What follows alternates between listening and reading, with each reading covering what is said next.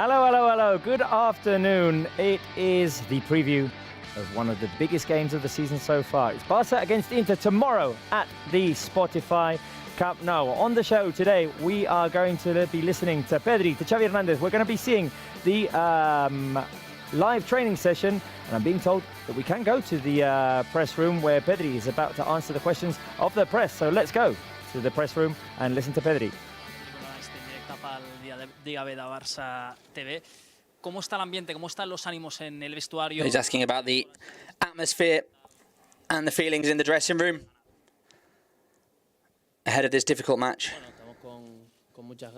He says we're very keen. It's like a final for us. It's a very important match. We hope it's good, works out the way we want, and be able to move on from the group phase. Què tal, Pedri? Ramon Salmurri de Catalunya Ràdio. El calendari és molt exigent. Heu tingut... Says the calendar's very demanding. You've got a lot of injuries. What's the feeling? He says, yeah, it's true. There's a lot of injuries, especially in the defensive line. But we've got a very deep squad. We've made some good signings. And with everyone we've got available right now, we can face the match tomorrow as best we can and try and do everything we can to win.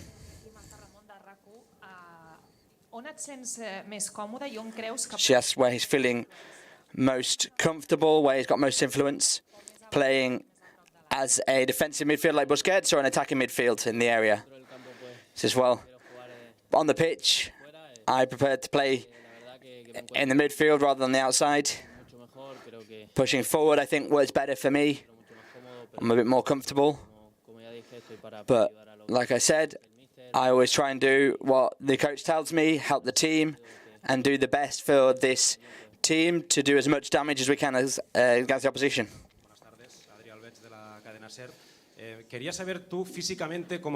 So he wants to know how Pedri's feeling physically. He says we've been tired a lot of matches. Xavi's talking about having to manage the minutes. Do you feel 100%? He says, yes, physically I feel very comfortable. I'm calm about my physical state. I'm one of these people that worries about themselves, and knowing that I can't be 100% throughout the week, but I feel perfectly fine physically.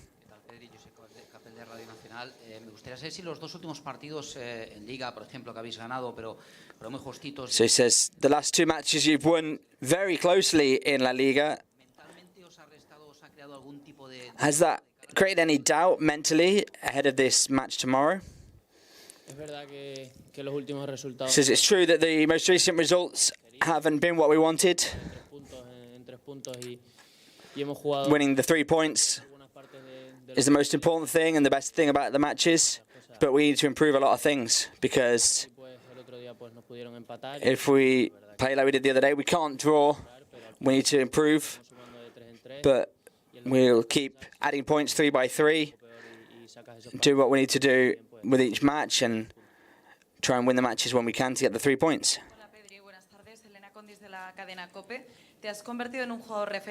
She says you've become one of the role models for this team. Tomorrow is like a final, but we always see you so calm and relaxed on the pitch.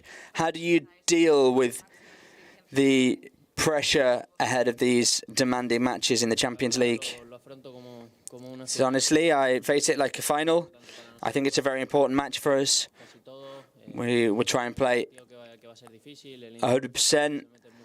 It'll be a difficult match against Inter. They're very strong at the back. They're very fast in counter-attack. They're very strong and physical. But we've got a squad that can do it, and the talent of the other players is immense.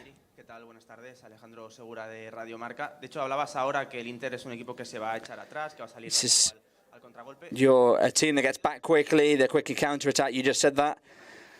What do you think about these teams that tighten up to try and close off any opportunities? And what does Xavi ask of you in these sorts of matches to try and create more damage?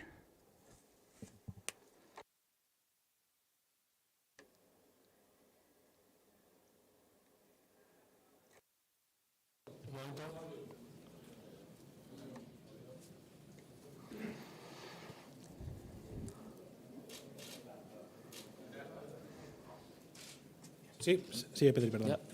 Bueno, con lo que nos pide el míster contra... Well, what the coach asks for us, for these teams that get back quick, is try and move the balls quicker than the defenders can adjust. Keep trying to focus on what we need to work for each match, and that's what we're going to do. He says, you've already been talking about this as a final. Do you think it's too early to be talking about these type of eliminations, especially ahead of a match like this against Real Madrid? And how do you feel the pressure of the atmosphere? He says, well, we'd obviously prefer to be top of the group and winning all the matches. That would be the ideal. But this is how it's worked out. And so this is what we have to live with. And we need to face it like it is. It's a very important match for us. What we play will determine where we get to at the end of the season. And we hope to get out on top and get the 3 points. Hola Pedri, Jordi Grau de TV3. L'últim partit que vau jugar de competició europea va ser un drama en tots els sentits. Vau quedar eliminats. Last year, this sort of match was a very dramatic one. You got knocked out of Europe and there were Germans in the fans. What can you say to the fans? He says, well, I hope that they cheer us on. The recent matches we've played at home, we've noticed the affection of the fans and how they cheer us on. Together, they'll be there, and working together, we'll get the win. Hola Pedri, Edu Polo Mundo Deportivo. El otro día decía Xavi que hace 3 semanas volaba. The other day that Xavi said you were flying and now not. It's clear that there's been a bit of a drop after the international break. Is it something that's physical, psychological? It says the truth is that there's a lot of time in a very short period, a lot of matches in a short period of time. We need to create opportunities. We need to keep working in the same dynamic and give everything we can to everything. I think it's something that we'll keep doing, working in the same dynamic. And it's true that in the Champions League we've not had the results we wanted, expected. And so now we'll try and return the dynamic, like the coach said, to keep flying and get the maximum points we can. Pedri, Albert Roger de Relevo, ¿os preocupa la falta de gol de los últimos partidos? He says, were you worried about not scoring goals in the last few matches? He says, no, it's not necessarily a worry. This is in other matches before that, we'd scored a lot more goals.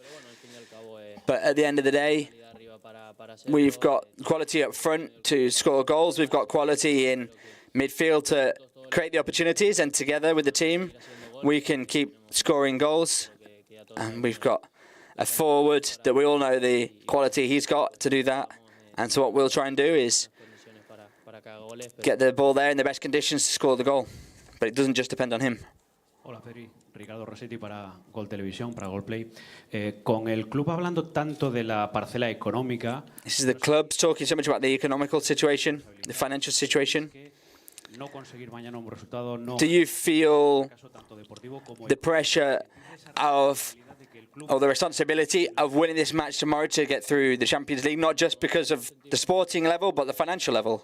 He says, no, we don't really feel that responsibility, but we feel the responsibility of playing in the final for us, not just because of the finances of the club, but because we want to be there, we want to continue in the Champions League, and we want to fight to the final, to the end, win the 3 points, and be the team that moves on to the next stage. Sí. Aquí. Hola Pedri, aquí Dominik Piechota de Canal Sportowy. Desde el inicio se ve tu buen feeling con... It says, from the start, you had good feeling with Robert Lewandowski, especially in these matches. His experience has been important. How do you make the most of his experience? Is he sort of a bit of a mirror of a teacher for you? He says he's a true god of the sport. He says it's crazy what he can do. He can create a lot of opportunities, a lot of goals, and from day one, he helped us a lot to improve a lot. And as a person that's so normal and humble for everything he gives. Hola, Pedri, buenas tardes. Rafael Riverso, Tutto Sport. En ese sentido, quería preguntarle cuánto tiempo han hablado de lo que pasó en Milán, en el vestuario, si eso es un motivo de They've distracción. talked a lot about what happened in the dressing room in Milan. Is that something that's a distraction, the frustration from those first days, or is it something that you've put behind you now? So, well, like I said before, there were a lot of matches back to back, and it was a bit painful after the result in Milan. We deserved a little bit more, but we've not got time to think too much in this. We've got a La Liga match, we need to compete at the maximum, and honestly, it didn't last too long. With each match, you just think about what's coming next in the Champions League, and I'm really keen for this match. We've got a lot of confidence in ourselves, and we're going to go for the 3 points. Tenéis a un claro referente ofensivo como Robert Lewandowski que puede solucionar partido él solo cuando es muy complicado. So you've got a forward like Robert Lewandowski that can do something on his own when needs be. He talks about the 3 defenders in Inter Milan. This is what Xavi asked of the midfielders, a bit more participation, a bit more presence in a tactical situation like this. It's just, well, he doesn't just ask for that in matches like this. He's always telling us to get up into the area. The goal isn't just about the forward, but we all need to bring our bit with passes and crosses and goals. The goal I scored the other day. To be there the other day and push your team a bit and give a bit to your team is what the coach is asking for us and what we're working on. Hola Pedri, aquí el Bernal del diari Ara. Creus que a vegades us trobeu a faltar una miqueta de joc al mig? Do you guys think you're missing a bit of game in midfield, playing in the vertical, trying to move the ball forward to the strikers? This is, well, for the quality of the quality of players we've got, we could be a bit more direct. But the players are passing the ball around. We use the midfield to take hold of the ball. The matches are ones we keep hold of the ball. I think that gives us what we've got, and we hope to be able to do that in this match. And so we hope to work and have people to put the ball at the feet of the forwards and score some goals. Pedri, Carles Ruiz Pérez del diario La Vanguardia. Ahora decías que pensáis que vas a tener mucho la... You just said you think you're going to get hold of the ball a lot. Do you think it's really important to score early so you don't get sort of anxiety? How do you imagine this sort of match? Just the ideal would be to score early, but we know that that's complicated. They come out very strong. They've got a lot of players in their area. They defend really far back. It's just for tire them out or keeping hold of the ball, we'll score a goal sooner or later. He says, you know what it's like to score in the Champions League. You scored a goal in your debut against Ferencváros. You scored the other day against Celta. Do you think this is a good day to score in the Champions League? Is that a challenge you've got? He says, yeah, it's something I've always got that I'm thinking of. I get up into the area a lot and score more goals. And then last match day, I scored one. In Milan, I didn't have the luck of getting on the scoreboard, but I was there, and that's what I've got to do. Get up into the area, and then any rebound or whatever, I can get hold of the ball and try and score the goal. That's what I work on every day, and that's what they ask me every training session that I do. Pedri, our little magician there, talking to the media before this game against Inter Milan. We will hear from our head coach, Xavi Hernández, next in just a couple of minutes. Pedri touching on several things, saying that tomorrow's game is a final. It's an absolute final. Is it a bit too early to be calling games a final? Who knows? But this game, as Pedri said, will mark what comes next in the season. Obviously, if we win, we're on track to qualify for the next for the next stage in the Champions League. If we don't, we'll be in a very complicated situation. I'm being told we can go to the press room for our head coach's press conference. Xavi Hernández will be stepping into the press room in just a couple of minutes, not just yet. There is the picture of the media. waiting for the appearance of our head coach Xavi Hernández, who was very critical of the team's performance in the second half the other day against Celta de Vigo. But it is time to turn the page, of course, and focus on this vital game against Inter Milan. Let's head over to the press room now. Listen to Xavi Hernández.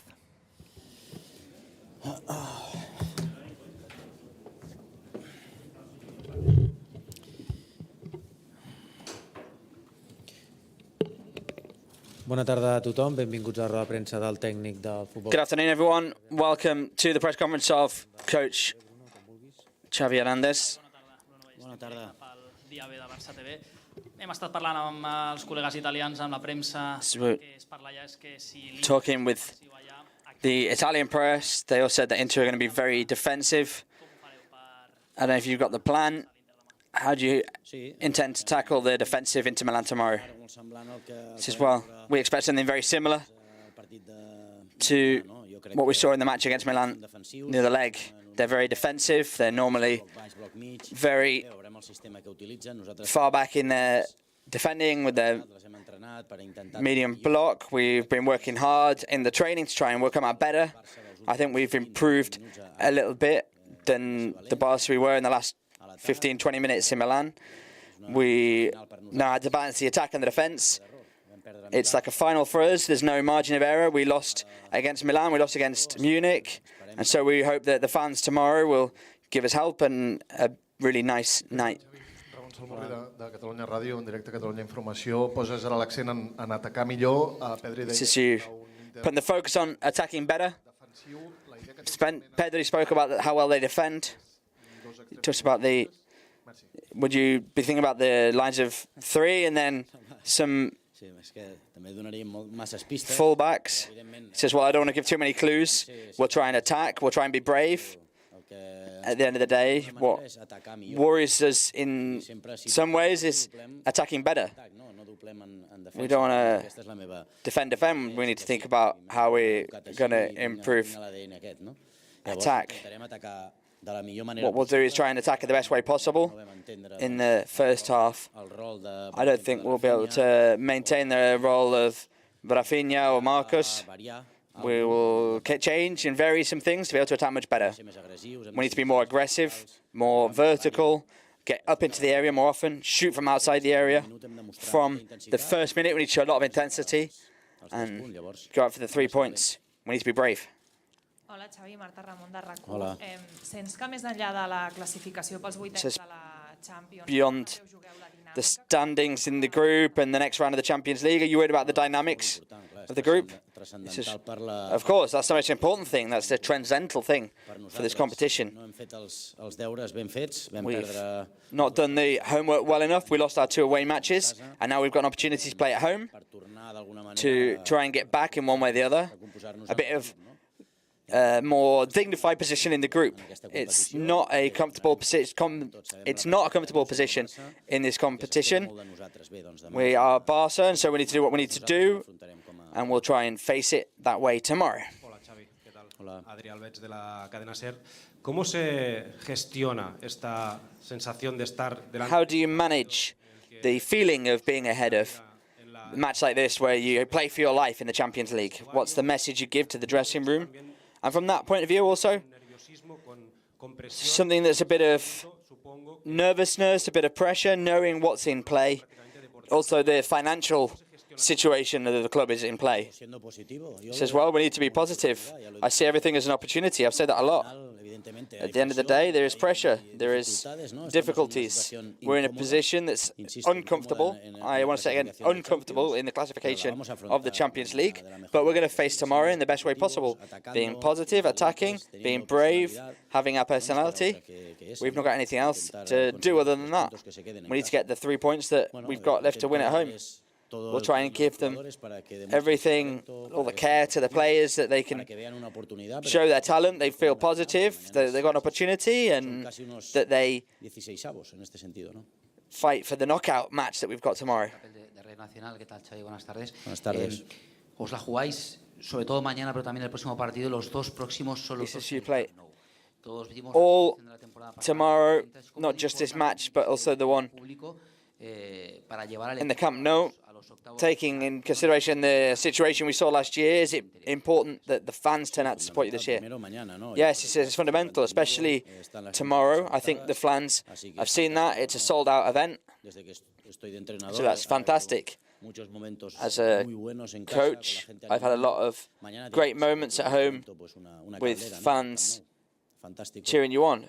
Tomorrow it needs to be a great atmosphere. Tomorrow, from the first minute in the Camp Nou, they need to do everything to support us on. We're going to leave everything we can on the pitch to get the result. We're going to do everything, give everything to try and get the 3 points in the Camp Nou. Xavi, buenas tardes. Elena Condis de la cadena COPE. Antes que tú se ha sentado Pedri aquí en... She says, before you were here, Pedri sat here and he said that there's enough quality in the squad to win this match, to win this final. Do you feel the same optimism? He says, yes, of course, always. And what's more, it's good that the feeling is true. The feelings are good. The match against Celta, the first half of Milan, and I want to go and say it again. We can't reduce the intensity from minute 1 to minute 90. We can't let our guard down any minute. This is Champions League. Yes, there's talent, there's enthusiasm.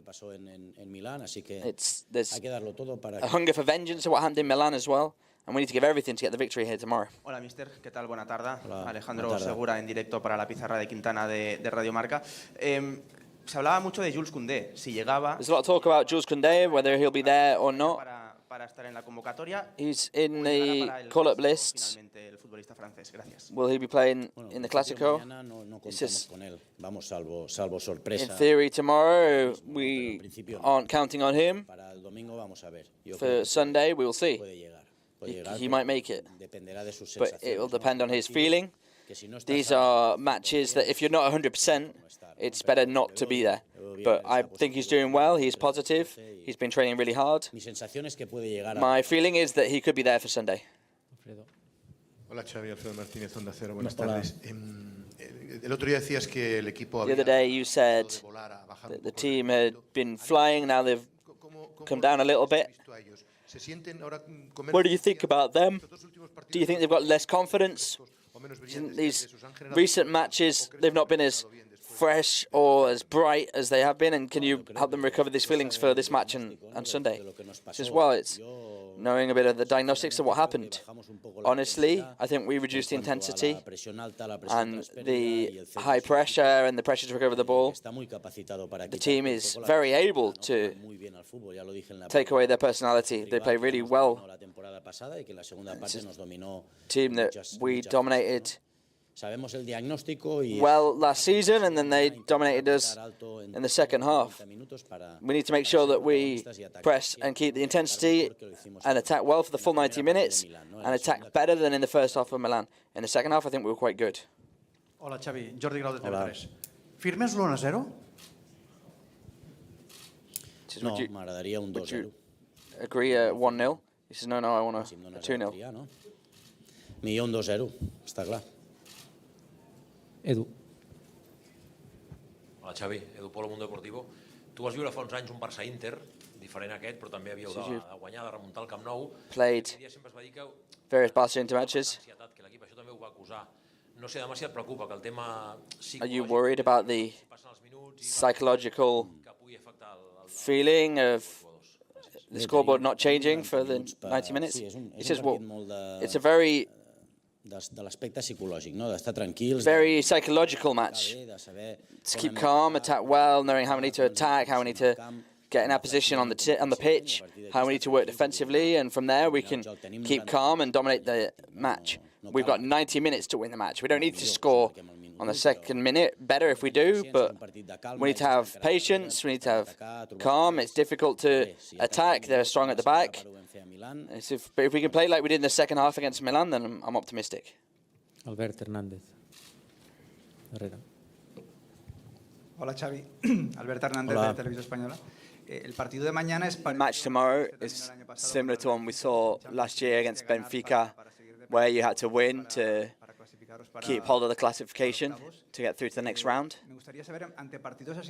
I'd like to know, ahead of matches like this that are so decisive, what message do you say to the players so that they can get out ahead of it? The message that I'm giving you now is that it's a final. We need to go out for everything. We need to be positive. We need to try to not feel the pressure. The pressure is something there that's, for me as a coach, and that they enjoy the game. It's an amazing scene, seeing the Camp Nou full of our fans at home. It's something to enjoy, the atmosphere, the feelings, and if they win, even better. If they win the match, it'll change the dynamic in this Champions League group. David Bernabéu. Sí. ¿Qué tal, Xavi? Buena tarde, David Bernabéu, Diario Sport y Sport TV. En el partido de ida... In the away leg against Milan, which was almost a knockout in itself. Se encontraron 3 veces solo Gavi y Pedri. 3 veces en el partido con un... 3 times in the match. Pedri and Gavi found themselves in control of the match. ¿Qué tecla hay que tocar ahí? There were some parallels drawn between you and Iniesta playing under Guardiola. What can you take out of that for them working on the spaces on the outside, having another midfielder? Well, this is something that we need to improve one way or another.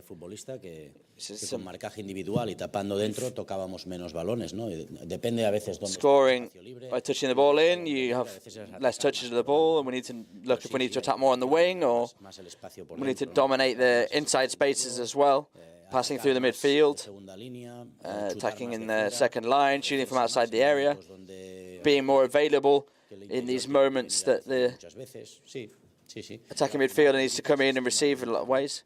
But also that's dictated by the strategy, the 5-3-2 of Inter. These are things that, like, Ansu received the ball a lot and attacked one-on-one. So we need to attack on both sides, both inside and outside. Hola Xavi, José Álvarez para El Chiringuito. Bueno, hace tiempo decías que hay un debate en torno a esto que some time you said the style is not negotiable. Do you keep thinking that? And the other day you said that you were looking for excellence. What is excellence for you? For us, playing well is dominating the match and having the opposition submissive in their own half. If you've got the ball, the opposition doesn't have it, you've got more opportunities to win. For me, that's playing good football. I understand there are other ideas and other concepts and other methodologies. I understand them perfectly, and that's what football is. But for us, it's clear. The other day in the second half against Celta, I wasn't happy because Celta kept taking the ball from us. We need to do a match similar to what we played against Milan, but attacking better. Getting up into the opposition's area, not letting them distribute the ball. This is the idea that, as you say, is negotiable. There are always opposition that tries to complicate it for us, and that's the intensity that we try and impose. The intensity for the first half against Celta was really good for me. The second half was no good. David Ibáñez. Hola Xavi, David Ibáñez de Mediaset. Decías ahora que es un partido con mucha presión. It's a match with a lot of pressure, because if you lose, you will be out of the Champions League. What would this be? Would it be difficult to take for the team? Such a good team you put together? Would it be a disaster? What would it be? So it would be a great disappointment, but we're going to try and think positively, and that tomorrow we want to win. We want to keep living in this competition that's so important for us. But yeah, it's complicated things for us. We're in an uncomfortable situation for various circumstances, because we failed in Munich, because this issue in Milan, they're not attacking well, there are different circumstances. There are a lot of different things that make up this competition. But tomorrow we see this as a final to be able to try and fix it. Joan Domènech.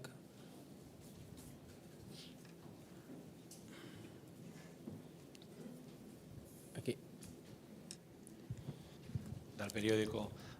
Dels 5 partits que el teu Barça ha jugat com a local, només n'ha guanyat un. Of the 5 matches Barca have played at home, you've only won 1. It's a difficult fact to take. Do you think this is a good match to start a new run? He says yes, obviously. Sí, sí, no és molt esperançadora, però demà és per canviar la dinàmica. Tomorrow is an opportunity to change the dynamic, to change our chip, to be more positive. Pensar que podem fer un gran partit, una nit màgica. We can put on a good match, a magic night with our fans at a full Camp Nou. I would love to be a player tomorrow, to go out and knowing you can make the difference. I'd rather be a coach than a coach. I'd rather be a player than a coach tomorrow. It's an opportunity for the players, for the staff to prepare for the match, to attack better than we did, especially in the first half. For me, it's an opportunity. And if we don't go out really well, then we'll face it. But I think it's a good opportunity, and we're doing really well. It's a great opportunity to go out and win the match. Hola, Xavi. Filippo Ricci, del dello Sport. Se ha hablado mucho de árbitros. They're talking a lot about the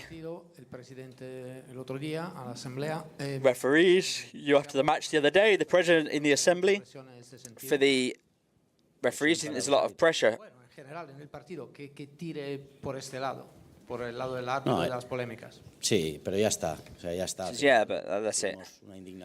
We had this moment that we were annoyed about, which was logical because of the result of the match, but that's it. We need to think about tomorrow, think about football, think about playing better than we were doing lately, which is the reality. We're not at the level we were a few weeks ago. We need to improve that. If we can improve our game, then we won't need to talk about the referees. So we need to improve tomorrow to win the match, and so it doesn't depend on a referee's decision. Bona tarda, mister Raffaele Riverso, Tutto Sport.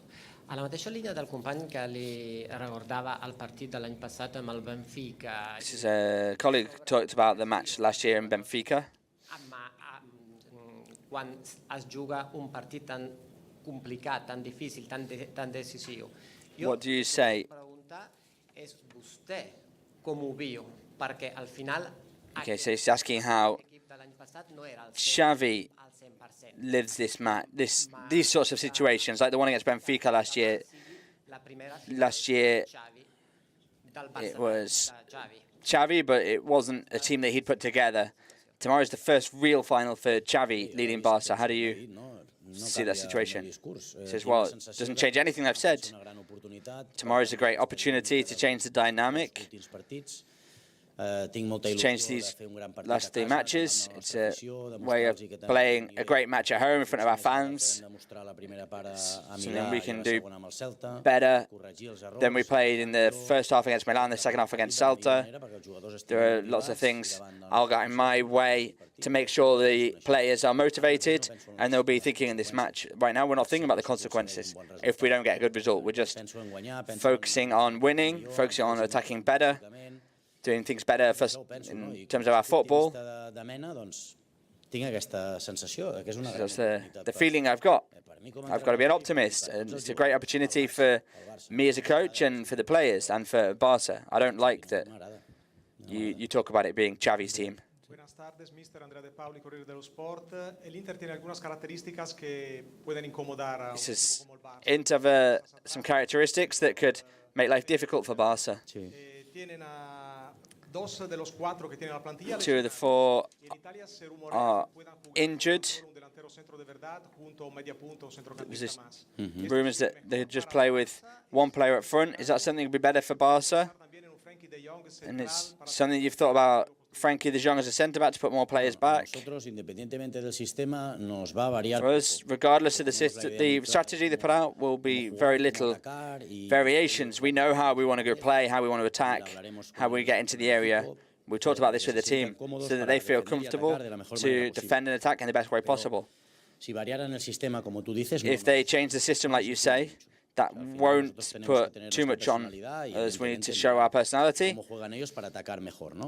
Look at them to see how we attack better, and the idea for us is clear for tomorrow. Hola, Xavi, el Bernal del diari Ara. Al començar la roda de premsa has dit que demà at the start of the press conference, you need to be looking at attack vertical. How do you play vertically in such a defensive team? This is what, in the moment of losing the ball, when they're attacking, to be more vertical, to look at when they're attacking. We don't pass the whole match in our own half.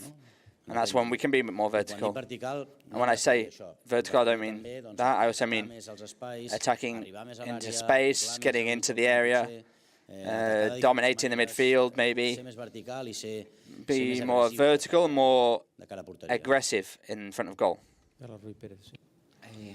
Carlos Ruiz Pérez, del diari La Vanguardia. Hi ha un nom que no ha sortit encara, que és el de Lewandowski. There's a name that's not been spoken about yet, which is Lewandowski. Contra el Celta i contra l'Inter. He's didn't score against Celta or Inter. He's a player that scored an awful lot of goals in the Champions League. He's a player that you've spoken to, told him it's his day. He says, no, this is a day for everyone, for the team. To be good in defence and attack, to be a unit, to attack well, know how we need to attack and defend. Yeah, Robert is going to be important, obviously. Not just tomorrow in all the matches, but not Robert, everyone, the whole team. We all need to take a step forward to win the match and to put on a good match. We could improve the game and also play more with him, look forward a little bit more in the verticality that I was talking about before, so that he feels a bit more happy. It's true that we've not played a lot with him in the last few matches. Bona tarda, Marcel Beckler per TNT Esports de Brasil. Tu deies abans de ganes de revanxa també, no? You talked as well about revenge after what happened in Milan. Al Camp Nou viurà un clima de Libertadores, un camp molt calent, molt posat amb l'equip. Tomorrow is good. We'll be all fired up for the team at the Camp Nou. O pot ser que hi hagi també una Do you think there's something you can be positive about, or do you think there's this extra motivation rather than anxiety? Says we hope not. We hope that everything stays positive, that this indignation that we had after the match in Milan serves us one way or another to try and get revenge for what happened, to improve that game in the second half. And so tomorrow is another opportunity. More than that, that they keep hold of that frustration to play better football and attack in the best way possible, much better than we did in the first half in Milan.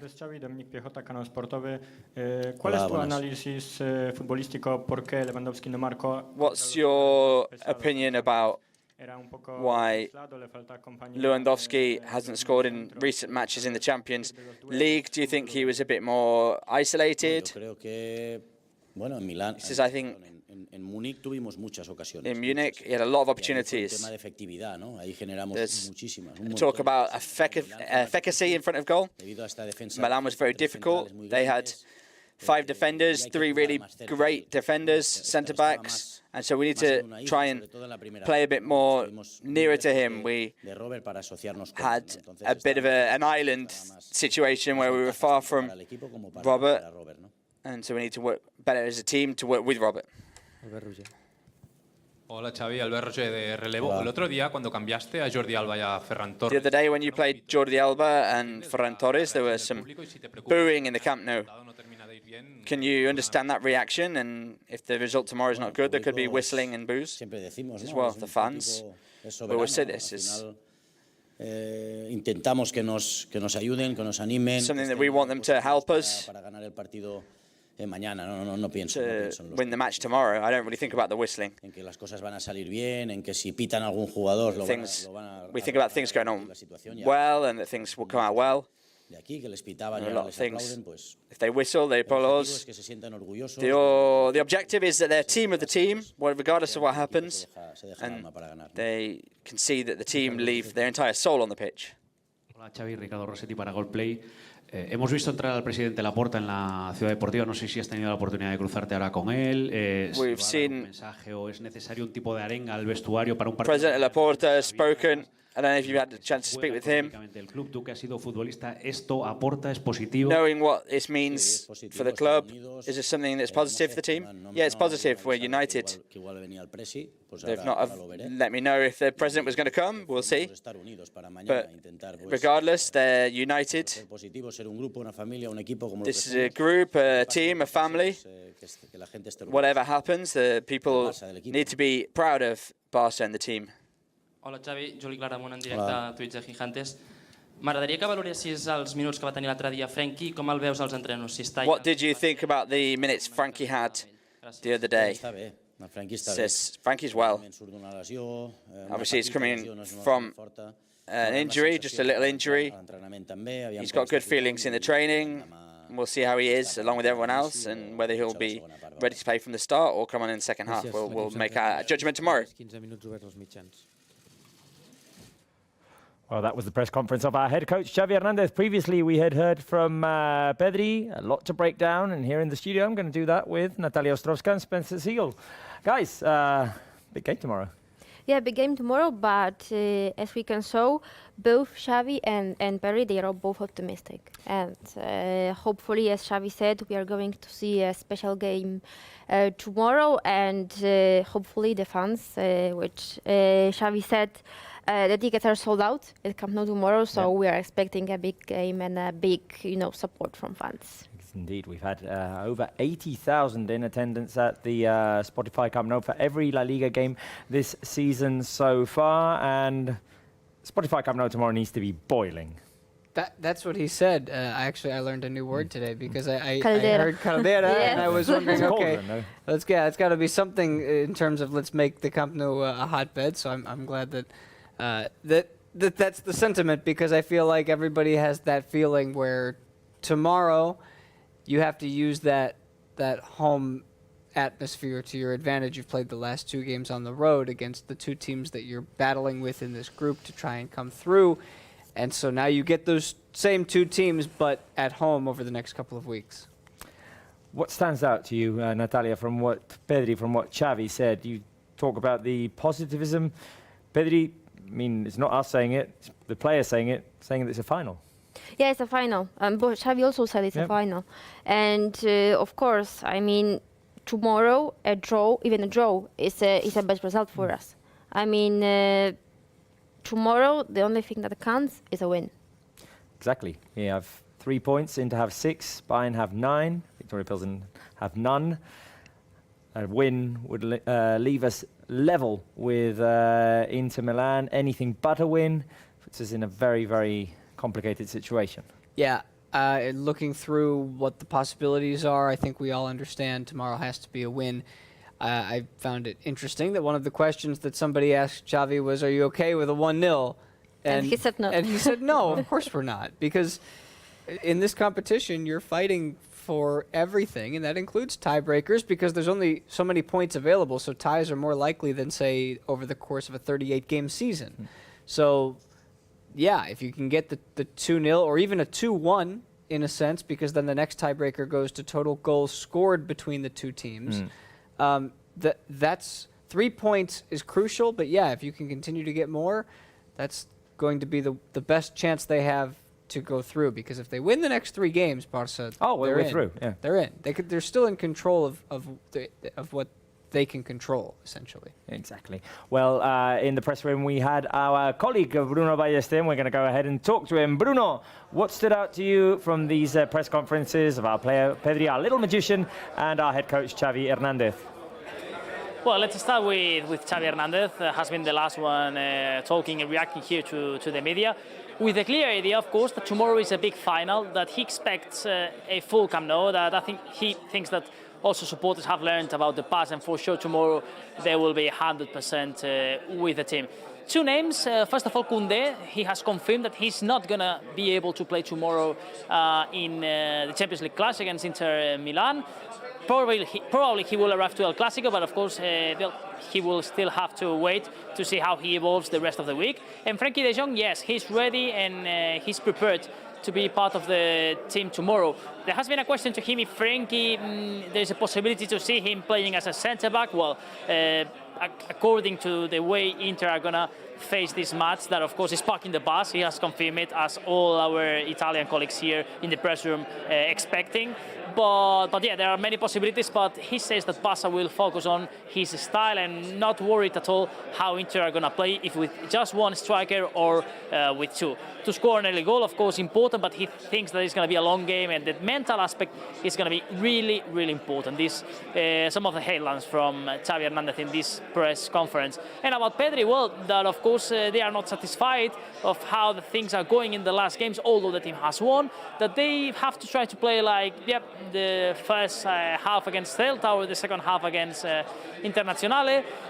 That of course they are expecting a really defensive side Inter Milan, and that Xavi has asked them, to the midfielders, to move the ball from one side to the other one to try and to create chances, and of course to be clinical at all. And in the personal side, yes, he assumes that to improve in the way of scoring goals is still one of the things that he has to learn, but that little by little he's working on it. And actually the other day against Celta he scored the winning goal. Why? Because he was on the place to be, arriving from the back to the box. So, well, some of these reactions here in the press room. Now we're going to try to talk to some of the journalists to find them and connect to you, Robert, a little bit later to see the impressions, especially from the ones coming from Italy, and to see how Inter arrives to this second game that of course is going to be completely different to the first one a week ago, when Inter was under pressure, and now seems that after the win against Barça and also this weekend against Sassuolo, Inzaghi of course is breathing again, and the team seems to be much much better than a week ago. All right, we'll look forward to that. Bruno, we'll connect when you're with one of those Italian journalists. In the meantime, from what we gather, as always, from Xavi's press conference and from what Pedri said, the idea is to change things that haven't gone well, both in the game against Celta and in the game against Inter Milan. But to change and correct these things is doubling down on attacking better. Yes, especially Xavi said that the Barça needs to be more vertical, shoot more outside the box, which was, we were talking after the game against Inter, that maybe that was, and also in the halftime, that was a thing that was missing during that game. So I think that's something that needs to be improved, and also the intensity, which Xavi said that has lowered a lot, especially in the second part against Celta. For Xavi, he says it's in his DNA. Attack better, more ball movement, attack quicker, find the free player on the wing, try to connect the players inside as well, play closer to Lewandowski. Yeah, that's the last part that you mentioned is, I think, the thing that a lot of people are hoping for, which is that Lewandowski gets more involved than he got in the game against Inter or the game at the weekend against Celta.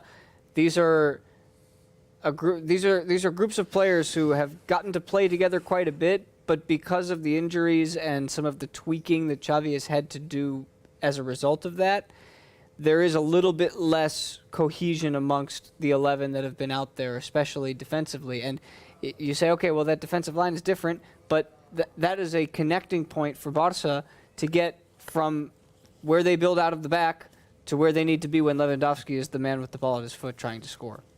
Let's take a look at the highlights of the game that put us in this situation. Last week's 1-0 defeat in Milan, a disappointing result. Xavi referenced that the first half wasn't as good. The second half, the team attacked better. Do you agree with that? I mean, I felt that Inter were very lucky, taking into account that they had 2 shots in the game, to walk away with a 1-0 win. Yeah, but they capitalize it. So and that's something that matters. And I think obviously we can talk about those referee issues, but Xavi said if we are going to be better, tomorrow, then we don't have to worry about the referees. True. So, and we'll take a look at some of those decisions in just a bit. This is the Inter goal. It came at a very painful time, Spence, right before half-time, what they call the psychological goal. Yeah, it seemed like everything was under control to that point for Barça. And over the course of the entire game, Inter had only amassed 0.18 expected goals, which is the lowest total among any of the teams who had won throughout the Champions League through the first 3 match days. And then Christensen goes down, and so that adds to the problem, because I thought that he was really good as well in the center of defense, blocking shots. And Barca had their chances. This was one of the only times that Dembélé got free, really and truthfully. Yes. He was playing on the left at this point. The best opportunity that Barca had, barring this disallowed goal, which, there's no point in continuing to debate it, but you see the footage there, judge for yourself. Yes. Yeah, look, we can talk about these two goals, one that was disallowed and one penalty that wasn't given for the rest of the season, no matter how it goes. There it is. And we can talk about it, you know, or what I'm sure is on the minds of every Barca player is, let's go out and make sure that it's not a talking point. Let's go get a win. Yes. Let's go do that now. It's what Xavi said. I mean, yes, we were angry after the game. We complained after the game. But now what we need to make sure of is that we're playing better so that we don't have to rely on a decision like that. And just to follow up onto your point about Dembélé and how he was bottled up throughout the course of that game, which it looked like he was, especially when he was playing on his more natural right-hand side, there seemed to me like a closing down on him from every angle, not just from the defensive side of things, but the midfielders and attacking players tracking back. And we were saying this a little bit the other day, last week, kind of like what teams did against Adama Traore last year, because he's just such a threat on the right-hand side. And so he was being double-teamed, triple-teamed, and Xavi needs an answer for that. He needs a response. If Dembélé is going to be out there and that's Inter's plan, how do you then switch the field of play or get the ball quickly to another part of the pitch where you have the advantage in numbers? Let's take a quick look and remember what Eric Garcia had to say after the game against Inter Milan the other day. Obviously, the need to improve, the need to win tomorrow, and I mean, just the question. He talked also about the questionable decisions of the referee. Well,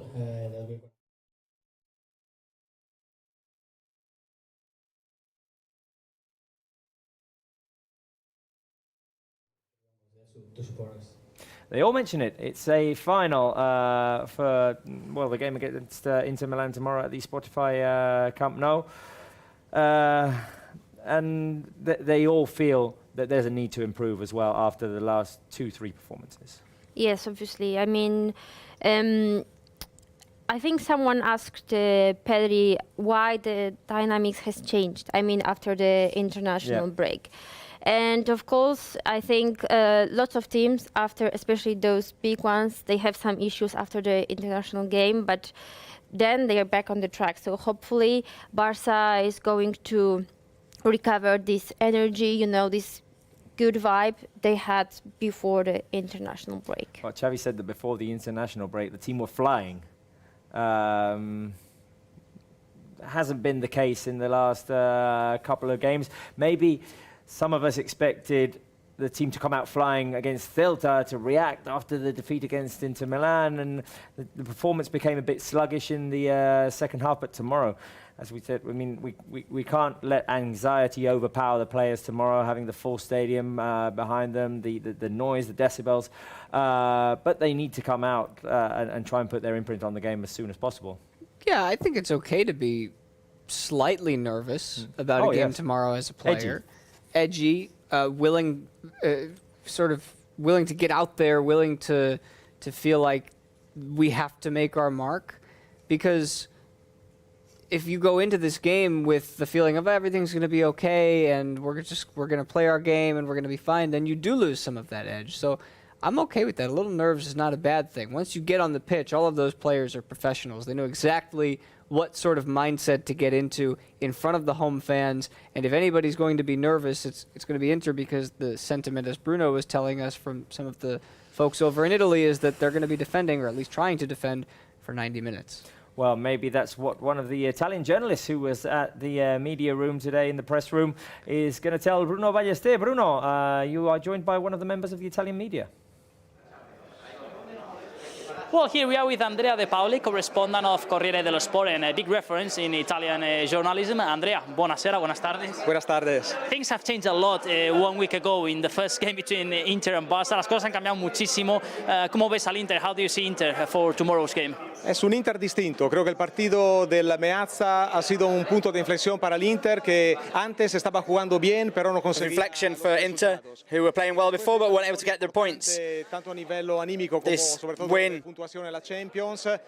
Also, because of getting the points in the Champions League and they were able to change their shape, they were able to beat Osasuna. They keep playing well. They've got some important injuries, especially up front, but it's a team that will come to Barcelona, I understand, to defend and try and achieve the objective. That of course has changed a lot the dynamic after that great win against FC Barcelona, and then of course the Italian side that still have important absences up front. Andrea, yeah, you just basically explained it to me that you think that the idea is going to be to park the bus, defender muchísimo mañana el Inter. Inter know how to do it well. It's clear that they've got weapons up front as well, but having just two up front, they could also think in a bet on having one at the back, in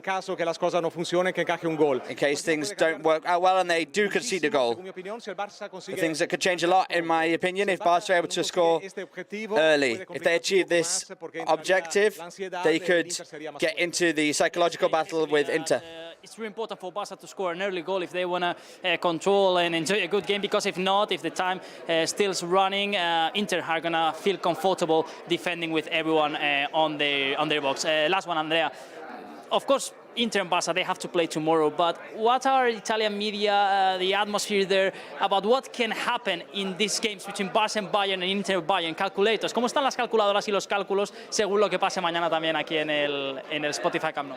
In Milan from the start, they thought that Bayern were out of the competition. The competition now is between Barça and Inter right now, because these are the two teams that are in this situation. With respect to Barça, Bayern is more complicated. Before the away match, there was a lot of pessimism, but now after this, they've got a lot more positive feelings, and that Inter could try and win this match. Well, words here from Andrea Paolo basically explaining that the battle is between Barça and Inter, that they of course see Bayern Munich in another league, and that tomorrow is going to be really important, but of course also the other upcoming games of both teams against Bayern and Victoria Pilsen. Well, thank you very much, Bruno. We'll talk to you in a few minutes from the training field, live training session, first 15 minutes at 6 o'clock. So that means in about 35 minutes, we'll be there to see the team preparing this crucial game tomorrow. And how things have changed in just 1 week. Last week, we were talking about how Simone Inzaghi's job was on the line. They were coming off of a defeat, and now they've got 2 wins in a row. They've climbed up a couple of spots in the Serie A. They're in second place in the group, and they have advantage on us right now. Yes, and as we heard, I mean, it's going to be, I think, between Inter and Barça, because I think Bayern right now is in the most privileged position. I mean, they won all the games, so they have, you know, that advantage. I mean, even if hopefully they're going to lose at Spotify Camp Nou, I think they are still going to be first in the group. But yeah, well, let's see, because everything is in the likes of the Barca players. And as I was just saying, Spence, 1 week everyone's ready to cut someone's head off, and the next week, you're not doing so badly. Does that surprise you in the sport that's the way it goes? In the world of sport. That we were saying that. Or in the world we live in. Right. Well, true, but that he was playing for his job last week, and now with 2 consecutive wins, it seems as if his job is safe. Look, I wouldn't put it past the Italian media, the club, that if Barca come away with a big win tomorrow, which I think is entirely possible, that they do get a big win, that his job is in jeopardy once again after that, depending on the size of the win. So it's going to change day to day. That's how it is. To echo Natalia's point, Bayern are probably through, but I do believe that there is a game to be had between Bayern and the other 2 teams fighting for the second position, Barça and Inter. They've got 1 game against each of those teams coming up, and I do think that at least one of those games can go the way of the other team, whether it's Barça or Inter. I think both of those teams have the capability to beat Bayern on on the second half of a match day. There is still a lot to play for. 3 games in this group stage, and Barca are going to aim to win all 9 points. If we do that, we're through to the next stage, and we trust this team to win 3 games out of 3. I mean, Why not? Right, we did say we are ready to turn the page on the controversy of last week, but we had our cameras there at the Giuseppe Meazza, so just let's take a look from the lens of our cameras at what happened. Those two controversial decisions, the disallowed goal on Pedri and that claim for a handball in the final minutes of the game. This is the action of the Pedri goal, in which it's overturned as the referee goes to look at the screen there. He sees the handball of Ansu Fati with Rafinha watching there, with Xavi right behind him. Xavi says that Ansu's not the player who ends up scoring, which is the rule, but the referee decides to book him and disallow the goal. Anyway, Xavi in absolute disbelief. Pedri trying to catch the attention of the ref. Ref would have none of it. Pedri unsuccessful there in complaining. And this one was the outrageous one, really. And truthfully, when Dumfries handles the ball, there are players who were immediately next to the action complain. Ansu Fati, Dembele, the Barca players surrounding the referee, waiting for the decision. But the referee this time never went to the screen, which is the part that has the fans complaining the most, I think. It's go and see it, go judge it for yourself. It was a long wait. It was a whole minute. That was then more than a minute, wasn't it? No, it was. I went back. I exaggerated when I said 3 minutes. It was 1 minute, but which wasn't added on. Right. Which wasn't added on. Right. That's what I wanted to know. That for me, that was another part of this. Yes. That it wasn't additionally given at the end of the stoppage time after this was already something that they were working on in stoppage time. Definitely. And but yeah, I think now, Natalia, the message is what Xavi said. Let's just play better tomorrow. Let's just be better than Inter, create more opportunities, score more goals, and then those decisions will never be a factor. Of course, if you are far better than your opponent, then nothing else counts. I mean, I believe that the team is going to be very well prepared, especially mentally, to face this game, this big game, this final. And yeah, the referee's decision, they are not going to, influence in any kind, the game tomorrow.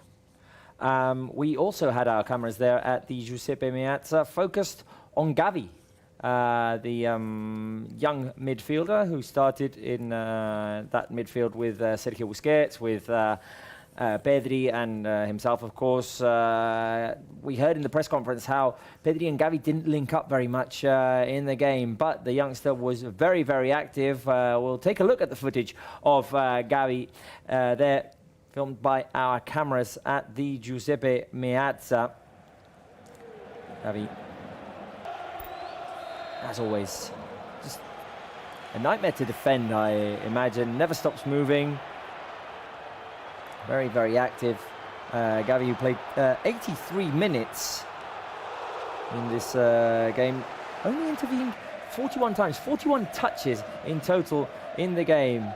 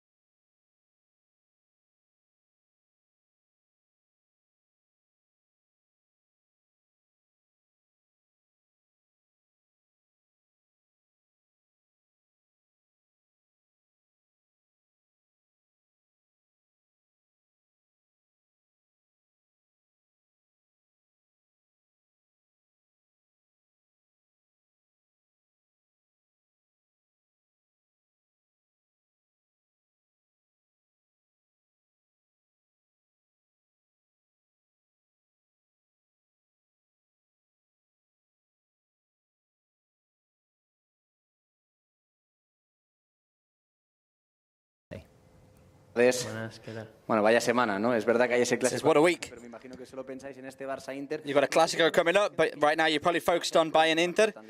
Is it early for such a decisive match in this competition? Well, it's not the way we want or expected it. We were hoping this final would come much later, but it's what we have to do, and we'll face it like a final, which it is, and we'll try and win to take the 3 points and stay alive in this competition. El año pasado fueron creciendo los espectadores, pero desgraciadamente no pudiste jugar mucho. ¿Tienes ganas de vivir tu primera gran noche? Are you looking forward to living your first big night in the Spotify Camp Nou? This is something I dreamt of since I was a child. A night like this, I hope is magic for us. It will be a special day that we'll never forget. ¿Qué tiene de difícil un equipo como el Inter con esos 3 jugadores en el centro del campo para un jugador como tú? Facing someone like Inter, with the 3 in the midfield, how's it that for you in midfield? It's a team that play with a lot of players at the back. They know how to move the ball between the lines to make life difficult for us. We have to be quick to find and try a free space and play well. Nervioso no, pero estáis ilusionados. Yes, if he is nervous or excited ahead of this big match. So, the team is very motivated. It's a very important match for us. We see it we're very keen, very excited to play. We're trying to go out and feel happy and switched on and fight for the win. Siempre que has marcado en el Camp Nou, que has marcado 5 goles, el equipo ha ganado. Pues a marcar mañana, ¿no? Scored 5 goals and the team wins each of those matches at the Camp Nou. You're going to score tomorrow? He says, well, I hope so. And it would be an unforgettable night in the Camp Nou. Sempre que Pedri marca el Spotify Camp Nou, el Barça guanya, doncs esperi. Well, I mean, we know the player we need to find tomorrow. Whenever Pedri scores at the Spotify Camp Nou, we win. So, I mean, just give the ball to Pedri. Yes. I mean, for example, if you have a penalty tomorrow, and because we are yet to be awarded a penalty this season, if I'm not wrong. True, I think so. Yeah, I mean, off the top of my head, I can't think of one. So maybe let's give it to Pedri. Maybe. I mean, definitely we need the magic of Pedri to shine tomorrow.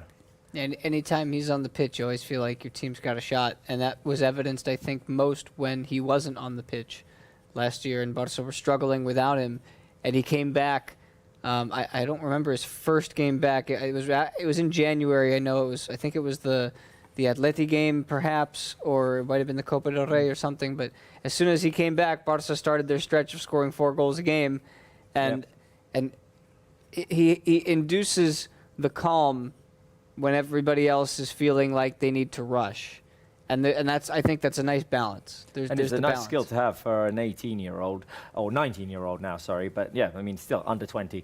We want to finish breaking down the game from last week and then forget about it. Let's just forget about last week. But we want to break down the stats because there are a few numbers from that game that are very indicative of what happened. Barça had 71% possession with 703 passes, whereas Inter had 286 passes. In the final third, Barça created a total of 290 passes, whereas Inter had 60 crosses. One of the issues there. 37. Feels like a few too many.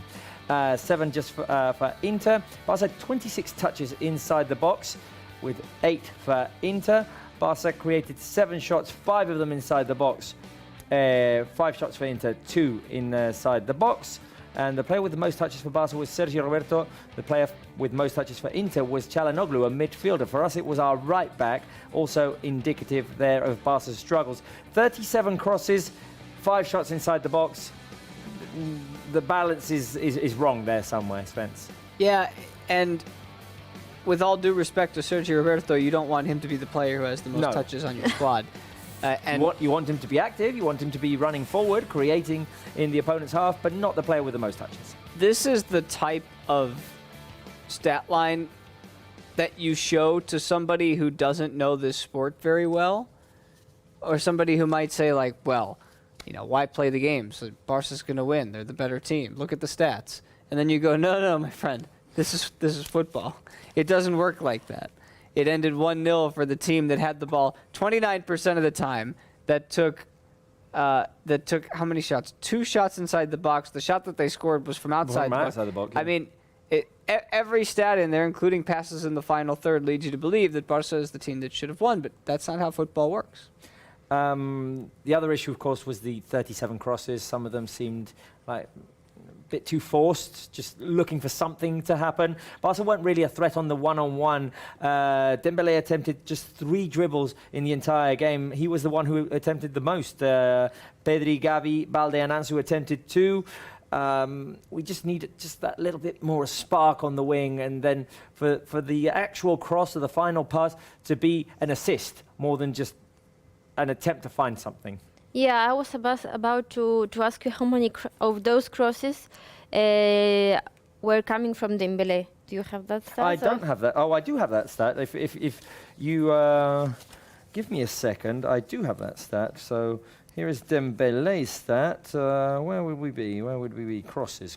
Oh, well, now I'm lost. I might not have it here. Crosses, 24. Okay, 24 out of 37. Of course. So too many. Too many. Yeah. Too many. We need them to. I mean, Xavi said it. Just try and shoot from outside the box. Barca had a chance to bounce back at the weekend in the game against Celta to continue the winning run going in La Liga, and the team had plenty of opportunities in the first half, but then kind of succumbed to Celta's pressure in the second. Let's take a look at the highlights of that game last Sunday at the Spotify Camp Nou, which Barca took away the 1-0 win against Celta de Vigo. The shot by Rafinha was saved by the keeper, and then another one by Ferran Torres, who was also denied by Marchesin. Xavi changed the positions of Pedri and Gavi. Pedri played more on the right, Gavi on the left, and here Pedri, he talked about it in the press conferences. I need to be inside the box more, he says, and score. And of course the rule that whenever Pedri scores at home, Barca win. Yeah, that was some points he mentioned when a journalist asked him what are the things he would like to improve more, and that was what he said. Shot more, be more in the box. I mean, use more of that opportunities he has. There was a claim for a penalty there on Rafinha. Barca did manage to keep a clean sheet, partly because of Marcos Alonso, who blocked that shot there. They just stuck as many players behind the ball as they could towards the end of the game. And some of the saves that Ter Stegen made too, this one included on Aspas. We're going to need that kind of saves tomorrow. We're going to need to try and keep the first clean sheet in the Champions League this season as well. Yes. Yeah. This was a final double opportunity, which didn't really count in the end because it was called offside. Yes. But anyway, you do prefer the ball not to go in, not give them a chance to review the situation or anything. Xavi mentioned several times throughout the press conference that the second half against Celta was not good enough. And Xavi is now talking to our colleague Marau from Barça TV. So let's listen to what Xavi has to say. No sé si la sensació que tens és que aquest Barça-Inter, aquest partit tan decisiu, arriba una mica al mes d'octubre que us jugueu. Feeling you've got ahead of this decisive match. It's a shame we're in this uncomfortable situation and the defeats against Inter Milan and Bayern Munich. We've got no other choice than to win. It's a final, we'll face it in that way. We need to keep up the intensity and this rhythm from the start, and we hope for the help from the fans. We hope a great night. We'll give everything, 100%, to be able to have opportunities to move through and get to the final of the Champions League. You expect a very defensive Inter. I think it will be similar. It's worked out well. We were able to find the goal, and things would have been better if it weren't for the polemic decisions of the referees. We defended well, but we need to go out and show that we're here to fight for our lives. This is a good moment as well to talk to the fans. What do you need tomorrow? He says we need a magic night. You to use this resource that they've brought us these last few matches and give a plus to the team. We need to go out for the best and have the lure of the fans behind us. And we hope them 100% alongside the team to help us win everything. What kind of game do you expect for tomorrow? Well, I think a little bit similar against Inter in Milan. So they are a very defensive team. but we need to attack better, to defend better. We need to put intensity since the beginning. But hopefully we can do a magic night. Gràcies, Xavi. Esperem que així sigui. We need a magic night at the Spotify Camp Nou. Xavi has a very clear idea of what Barca need to do tomorrow, and the final preparations are going to happen in just about a quarter of an hour at the Ciutat Esportiva Joan Gamper. Let's head over there. Bruno, the team is going to be jumping onto that field right behind you in just 15 minutes. Yes, less than 15 minutes, and the squad will be here making the final preparations before this crucial game of tomorrow night against Internazionale. Also, the seats are going to be full with all the journalists that have been covering here all the preview. And I want to show you some details on the Tito Vilanova pitch, because Xavi has started preparing this game, and now you're going to see which training session are going to face Barca players. Look at the lineup that Xavi thinks that Inter is going to play tomorrow with 5 defenders at the back, 3 midfielders, and then 2 forwards. With a 5-3-2 is the way that Xavi is going to prepare this training session, the last one. So, well, interesting to see all these details from this training session that will start shortly. About Inter, they will land in also half an hour, 6:15. It's scheduled that the team will land in Barcelona airport. They trained early this morning in Milano, and at 7 o'clock in the Camp Nou, manager Inzaghi and also Lautaro Martinez will give their preview press conference before this really important match. 414 journalists that will be covering the game tomorrow at the Spotify Camp Nou, so expectations are really, really high, as you may imagine. So, well, in a few minutes now, we're going to enjoy this training session with the confirmation of Xavi that Koundé is not going to be available for tomorrow's game, with the question yet to see if Kessie can be recovered for that one, and the one that will be for sure in the squad list will be Frenkie de Jong, that Xavi has confirmed that is training in fantastic conditions. So, well, all the last details, we're going to be able to enjoy them live here on this show in less than 15 minutes. Right, thank you, Bruno. We'll be talking to you throughout that training session, which is scheduled to start at 6 o'clock in the afternoon. So in just over 10 minutes. We'll talk to you then, Bruno. Thank you. You saw it very clearly there. Xavi expecting the same system that Inter presented last week. Yeah, I think one of the changes will be that Lautaro Martinez is going to start with Dzeko, because last week he started with Joaquin Correa, who obviously is not going to play tomorrow. So I think those 2 forwards are going to be chosen by Inzaghi, especially because Dzeko scored 2 goals against He Sassuolo. did score 2 goals at the weekend against Sassuolo. Correa still a question mark. We know that Lukaku is not going to be with the team tomorrow with Inter, neither Brozovic. And I just saw that defensive line of 5, and it made me tired already, Spence. I know it's gonna be a heck of a grind to get through. But you know what? If I'm Inter right now and I see that Xavi's got this plan, I'm sure somebody's got an eye on it.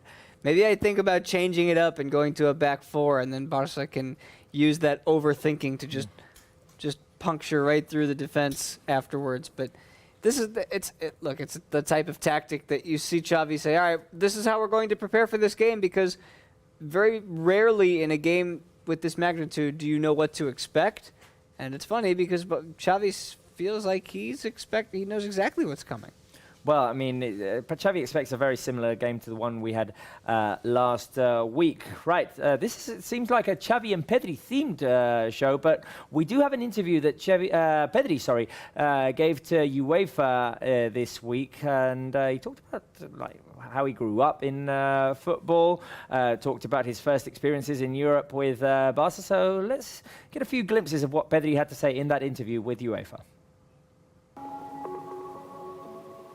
Siempre que tenía un balón, pues intentaba jugar a fútbol y iba a una cancha para fútbol por diversión.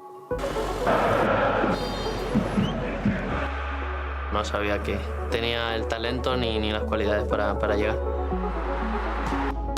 Siempre hay una cosa que recuerdo de eso, que muchas veces me ponía a jugar con la pared de mi casa.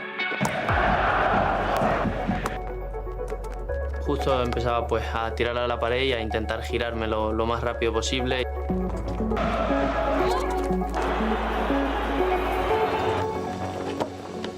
pues disfrutar. Creo que cuando juegas en la calle y te caes, pues ya te raspas o sabes que eso no lo vuelves a hacer y de ahí pues aprendes más rápido. Mi nombre es José Hernández Marrero. Mi relación con Pedri es que fui entrenador de él en la etapa de cadete. Y en esa edad de cadete ves la imagen o la intención que él tiene de llegar o de cuidarse lo máximo para llegar al fútbol profesional. Fuimos aquí al Monte de la Esperanza, que es bastante cercano, y mandamos por caminos de tierra un coche delante para que los chicos no se perdieran, y Pedri iba al ritmo del coche. Él fue uno de los precursores para que el equipo quedara tan bien esa temporada, incluso ayudó hasta a confeccionar la plantilla, o sea, era un chico implicado en todas las facetas del equipo.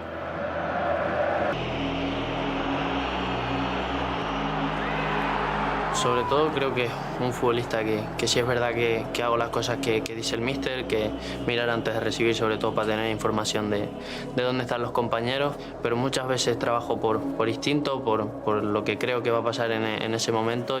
Dembélé, continúa Dembélé, más de Dembélé que la pone atrás, Pedri.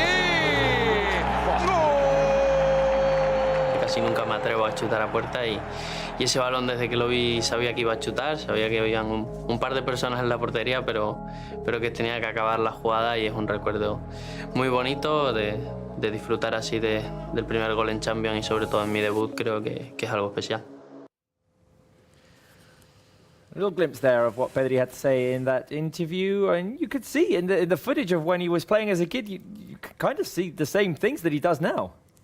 Same movements. Yeah. That's just fantastic editing by our team, or by the I guess that's the UEFA team actually that did that one. But fantastic editing all around, and hopefully we see a little bit more of that coming up tomorrow. A player who always does what the coach asks of him. I mean, it's something that well, he's the player every coach would want to have, right? Yeah, I think if you are going to ask Guardiola or Klopp or Mourinho or whoever it is, he's going to say, obviously, I want someone like this in my team, and he's going to be a starter, obviously. A very emotional video, very well prepared, and yeah, I think we just can say that we are lucky to have someone like Pedri in Barça. It was a very good find coming from the second division in Las Palmas. And you hear his coach when he was an under-16 talking, saying he was already very involved in like team decisions and he always talked a lot with the coaches, and you just feel that he's someone with a great knowledge of football as well. The funny thing is, I think we all kicked the ball against the wall when we were growing up. Tried to turn, and I guess it worked out better for others. Yeah. Maybe he had a special wall, I don't know. Yeah. Well, maybe we need to find our own wall over here so we can. We could set one up here in the studios. Right, another player who needs to be very important tomorrow is Robert Lewandowski. The last time that he played a Champions League game at the Spotify Camp Nou, he got his only hat-trick of the season. That day, we had our cameras on him, so let's take a look at the footage. Let's try to get into positive vibes with Robert Lewandowski, see if talking about it makes it happen. He had a hat-trick against Victoria Pilsen that day at the Spotify Camp Nou. Has not scored since in the Champions League. Hasn't scored in his last two games, which seems like something that's not very normal this season. Yeah, and Xavi has been asked about why Lewandowski didn't score in the last games, and he said it's not about Lewandowski, it's about the whole team. I mean, you can't just put the pressure on one player. I mean, he hasn't been well delivered. I mean, in the game against Inter, he's been a little bit unlucky against Bayern because he had some chances. So hopefully, we are going to see him scoring again against Inter tomorrow, and and we are going to listen the Camp Nou again chanting Lewandowski. Well, I mean, I'm sure he's looking forward to celebrating with the Camp Nou in that fashion once again. That's his third goal, the one that sealed the hat-trick on the Champions League debut. Just like watching the celebrations. I like seeing the joy on his face, because when things are going well and when he's going well, this team is going well this year. That's for sure. It was the first day that Lewandowski took the ball home here He was quick to go celebrate with Ferran Torres as well. Brilliant goal, really set up by Dembélé to Ferran, and Lewandowski embracing his teammate there. Knowing that it's an important moment for Ferran Torres as well. They all talk about the advice that Robert Lewandowski hands out as well as a veteran, how important he's become to this team. Xavi also talks about how his knowledge of football is well known, and he talks to the coaching staff as well. He lets them know their opinion on things. Yeah. His opinion on things. Yes, and also Pedri. I mean, he has been asked by the Polish journalist, by the way, about Lewandowski and I mean his leadership, his role in the dressing room, and Pedri said that it's amazing. I mean, the knowledge he has about football, and I think Xavi said like some weeks ago in some interview that he has been impressive of how quickly Lewandowski has become a leader, I mean, in the dressing room. So, I mean, not many players can achieve this, I mean, in such a short time. 3 games in a row without scoring for Lewandowski seems like just one too many, right? Seems like an eternity. You got to be careful not to get too used to it. Exactly. Thank you. You just got to be careful not to take it for granted, because it's not easy to score. Oh, no. And he makes it look very easy. So hopefully he does that again tomorrow. I want to put the live chat on the spot now. We haven't really interacted with the live chat so far. I'm here. How many goals is Lewandowski going to score tomorrow? You can go 0 if you think he's not going to score. I mean, if you want to be a pessimist, I mean, I'm going to say 2. I think Lewandowski's going to come out fired up and wanting to score for one of each of the games that he hasn't scored in the last week and a half. Yeah, 1 for sure for me. And hopefully you're right at this time, and it's going to be 2 goals. Oh, I see a 4 here, Spence. Yeah, 4 from Casa Daniel. So a poker, in that case. I haven't had a poker from Lewandowski. Yeah. 2 and 3 seem like the most common answers, although, yeah, there's a 4 in there. I think for tomorrow's game, even 1 is good enough. I do. I think because even if he doesn't score 2, somebody else is going to pick it up as well. I think there are goals out there for this team, whichever 11 Xavi decides to put out tomorrow. I have my prediction for this game since we finished the game last week. I'm not going to reveal it until tomorrow. But, yeah, it does feature... my prediction does have enough Lewandowski to score 2 plus some from someone else. We are going to see Robert Lewandowski and his teammates jump onto the field at the Ciutat Esportiva Joan Gamper training is scheduled for in 1 minute. It's supposed to start at 6, and we'll see the players walk onto that pitch. We'll offer you the first 15 minutes of the training session in this final preparation for a big game, a game that we're calling a final, one in which we're going to need Camp Nou to be roaring tomorrow. And we want it to feel like a special night in a very special week as well, obviously, because we know what's coming at the end of it. Yeah, do you know that last time we played against... Yes. That's a very interesting fact, because I'm going to bring an interesting start. I think we can call it a start, because in 2018 we faced Inter and Real Madrid in the same week, and it was October 2018. And so just 4 years later, we face Inter and Real Madrid in the same month of October week. As well. The only difference is we played at Camp Nou and El Clásico. Okay. That's the only difference. But we won 2-0 against Inter, and then we have this amazing win 5-1 to Real Madrid. I say repeat. Yeah. Sure. Yeah, why not? Because Xavi said he wouldn't sign a 1-0, but no, he wouldn't. Natalia said it was a 2-0 that year. A 2-0 is fine. 2-0. So where do we sign? Where do we go and sign for that? A 2-0 gets the job done. It's not my prediction, though. I'm going to ask the fans, score prediction for tomorrow. Are you optimistic? Are you pessimistic? What do you think Barca should do? But let us know, what do you think the score will be? I think Barca can win all 3 games that are remaining in the Champions League group stage. And, I mean, that would mean even fighting for the first spot. But let's not get too over-ambitious. Let's just try and think of tomorrow's game. But, yeah, I think Barca, encouraged by the fans and hopefully with a good early start, hopefully an early goal as well, can get the job done tomorrow.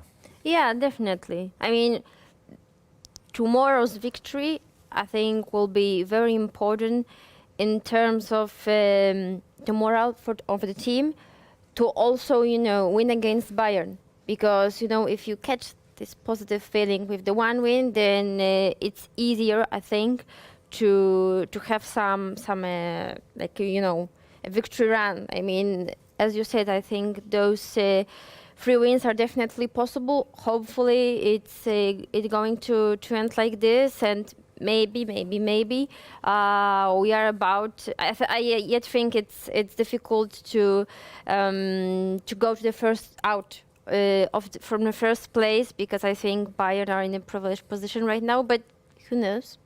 Spence, I see Matthew Games saying a 2-2 prediction. I mean, why? Why do we predict this? Matthew Games, are you an Inter supporter? I mean, we welcome Inter supporters here, but I mean, let's try and be positive. Come on, let's try and be positive. Who's got wins there on the live chat? Let's see. I see a 4-0 from Casa Daniel, 3-0 from Chris Hobson, a 3-0 from Srihari, a 4-1 from Surya. Look, maybe Matthew says 2-2. If it ends up being 2-2, he gets the credit for predicting it right. You got to predict what you believe. I'm a firm believer in that. However, I see more people believing in a Barca win. Chuma 2-0, Ice YR 3-0, 3-1 from Nguazi, 3-0 Alexander, 3-0 Naren. 3-0 seems like a tendency. A couple of 3-1s coming in. If we say it enough, it might happen. 5-1 Oliver Jorge. Lots of Barca wins. Are you saving yours for tomorrow? I'm going to save mine for tomorrow. Yeah, I'm going to save mine for tomorrow's show as well. Hopefully we'll be able to celebrate. Oh yeah, your dogs. We'll be able to celebrate some special moments on Barca Live tomorrow. We'll be with you 1 hour before the game, connecting from Camp Nou. Bruno Ballester will be there for the first 15 minutes, and then we'll take over here in the studio, and we'll take you through the whole game preview. We'll be offering you live commentary, a bit of entertainment, hopefully celebrating some goals together. You'll be able to interact with us. It's going to be a great experience, so come join us tomorrow live on YouTube, on Facebook, on Barca TV Plus, as of 8 o'clock local time, 1 hour before the game kicks off at the Spotify Camp Nou, in what we hope will be a great atmosphere at our home stadium. It's just the second game of the group stage in our stadium. Unfortunately, we weren't able to take away positive results from our outings in Munich and Inter. Right, the training session is slightly delayed because there's a video session that Xavi has scheduled before it, but I mean, we'll just have to talk until it starts. Formation. Xavi said that the idea is going to be attacking, obviously. Last week he did start with that kind of 3 at the back with Marcos in a more advanced position. He said that the team in the first half didn't interpret how to find Marcos and Rafinha in the right way. Do you expect Xavi to go back to a more traditional 4-3-3? Do you expect him to stick to 3 at the back? Yeah, I think we're going to see a traditional 4-3-3. I think it's for an important game. Maybe it's better to stick that something more traditional. Let's say. I mean, of course, I understand that somebody is going to say that we need to win, so maybe 3 at the back to be more offensive will be better. But I think Xavi is going to stick to 4 at the back. I agree with that. I think it is going to be a 4-3-3, and I am not paid enough money to be the manager. And if I was, there'd probably be a lot of naysayers out there. But let me tell you, if it was me, I would put the midfielders in from the start. I would put an extra midfielder out there. I would push Pedri up a little bit further, because we're saying, Pedri's saying, I want to be able to get into the box more. I want to be able to create more. Well, we can do that if you give him that role from the outset, where he's not just playing a central midfielder role, but more of a center attacking mid. And then you still get to play Gavi. You get to put Busquets further back. You can free roam Frankie wherever you want. And 4 midfielders is a lot. I get it. I understand it's a calculated risk.